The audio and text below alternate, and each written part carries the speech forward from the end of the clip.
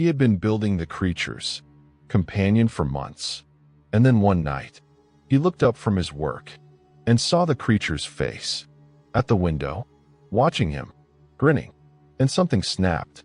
He tore the unfinished creation to pieces with his bare hands. The creature let out a howl of devilish despair and said 7 words before it vanished into the dark. I will be with you on your wedding night. This is Frankenstein. Chapter 20. Mary Shelley, 1818. Midnight Volume. I sat one evening in my laboratory. The sun had set, and the moon was just rising from the sea. I had not sufficient light for my employment, and I remained idle, in a pause of consideration of whether I should leave my labor for the night or hasten its conclusion by an unremitting attention to it.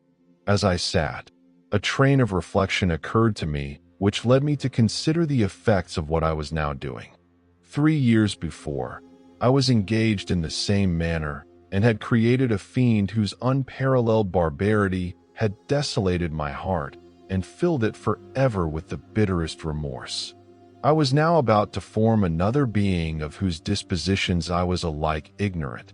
She might become 10,000 times more malignant than her mate and delight, for its own sake, in murder and wretchedness. He had sworn to quit the neighborhood of man and hide himself in deserts, but she had not, and she, who in all probability was to become a thinking and reasoning animal, might refuse to comply with a compact made before her creation. Even if they were to leave Europe and inhabit the deserts of the New World, yet one of the first results of those sympathies for which the demon thirsted would be children, and a race of devils would be propagated upon the earth. Had I right, for my own benefit, to inflict this curse upon everlasting generations? I had before been moved by the sophisms of the being I had created. I had been struck senseless by his fiendish threats. But now, for the first time, the wickedness of my promise burst upon me. I shuddered to think that future ages might curse me as their pest, whose selfishness had not hesitated to buy its own peace at the price, perhaps, of the existence of the whole human race. I trembled and my heart failed within me, when, on looking up, I saw by the light of the moon the demon at the casement. A ghastly grin wrinkled his lips as he gazed on me, where I sat fulfilling the task which he had allotted to me. Yes, he had followed me in my travels. He had loitered in forests, hid himself in caves, or taken refuge in wide and desert heaths. And he now came to mark my progress and claim the fulfillment of my promise. As I looked on him, his countenance expressed the utmost extent of malice and treachery. I thought with a sensation of madness on my promise of creating another like to him, and trembling with passion, tore to pieces the thing on which I was engaged. The wretch saw me destroy the creature on whose future existence he depended for happiness, and with a howl of devilish despair and revenge, withdrew. I left the room, and locking the door, made a solemn vow in my own heart never to resume my labors. Several hours passed, and I remained near my window gazing on the sea. It was almost motionless, for the winds were hushed, and all nature reposed under the eye of the quiet moon. A few fishing vessels alone specked the water, and now and then the gentle breeze wafted the sound of voices as the fishermen called to one another. I felt the silence, until my ear was suddenly arrested by the paddling of oars near the shore, and a person landed close to my house. In a few minutes after, I heard the creaking of my door, as if someone endeavored to open it softly. Presently, I heard the sound of footsteps along the passage. The door opened, and the wretch whom I dreaded appeared. Shutting the door, he approached me and said in a smothered voice, "You have destroyed the work which you began. What is it that you intend? Do you dare to break your promise? I have endured toil and misery. I left Switzerland with you. I crept along the shores of the Rhine, among its willow islands and over the summits of its hills. I have dwelt many months in the heaths of England and among the deserts of Scotland. I have endured incalculable fatigue and cold and hunger. Do you dare destroy my hopes? Begone! I do break my promise. Never will I create another like yourself, equal in deformity and wickedness. Slave, I before reasoned with you, but you have proved yourself unworthy of my condescension. Remember that I have power. You believe yourself miserable, but I can make you so wretched that the light of day will be hateful to you. You are my creator, but I am your master. Obey. The hour of my irresolution is past, and the period of your power is arrived. Your threats cannot move me to do an act of wickedness, but they confirm me in a determination of not creating you a companion in vice. Shall I, in cool blood, set loose upon the earth a demon whose delight is in death and wretchedness? Begone! I am firm, and your words will only exasperate my rage. The monster saw my determination in my face and gnashed his teeth in the impotence of anger. Shall each man find a wife for his bosom, and each beast have his mate, and I be alone? I had feelings of affection, and they were requited by detestation and scorn. Man, you may hate, but beware.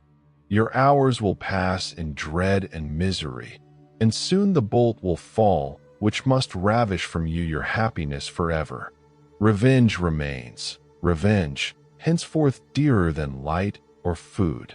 I may die, but first you, my tyrant and tormentor, shall curse the sun that gazes on your misery. Beware, for I am fearless and therefore powerful. It is well. I go, but remember, I shall be with you on your wedding night. I started forward and exclaimed, Villain, before you sign my death warrant, be sure that you are yourself safe. I would have seized him, but he eluded me and quitted the house with precipitation. In a few moments I saw him in his boat, which shot across the waters with an arrowy swiftness and was soon lost amidst the waves. All was again silent, but his words rang in my ears. I burned with rage to pursue the murderer of my peace and precipitate him into the ocean. And then I thought again of his words, I will be with you on your wedding night. That, then, was the period fixed for the fulfillment of my destiny. In that hour I should die and at once satisfy and extinguish his malice. The prospect did not move me to fear, yet when I thought of my beloved Elizabeth, of her tears and endless sorrow, when she should find her lover so barbarously snatched from her, tears, the first I had shed for many months, streamed from my eyes, and I resolved not to fall before my enemy without a bitter struggle.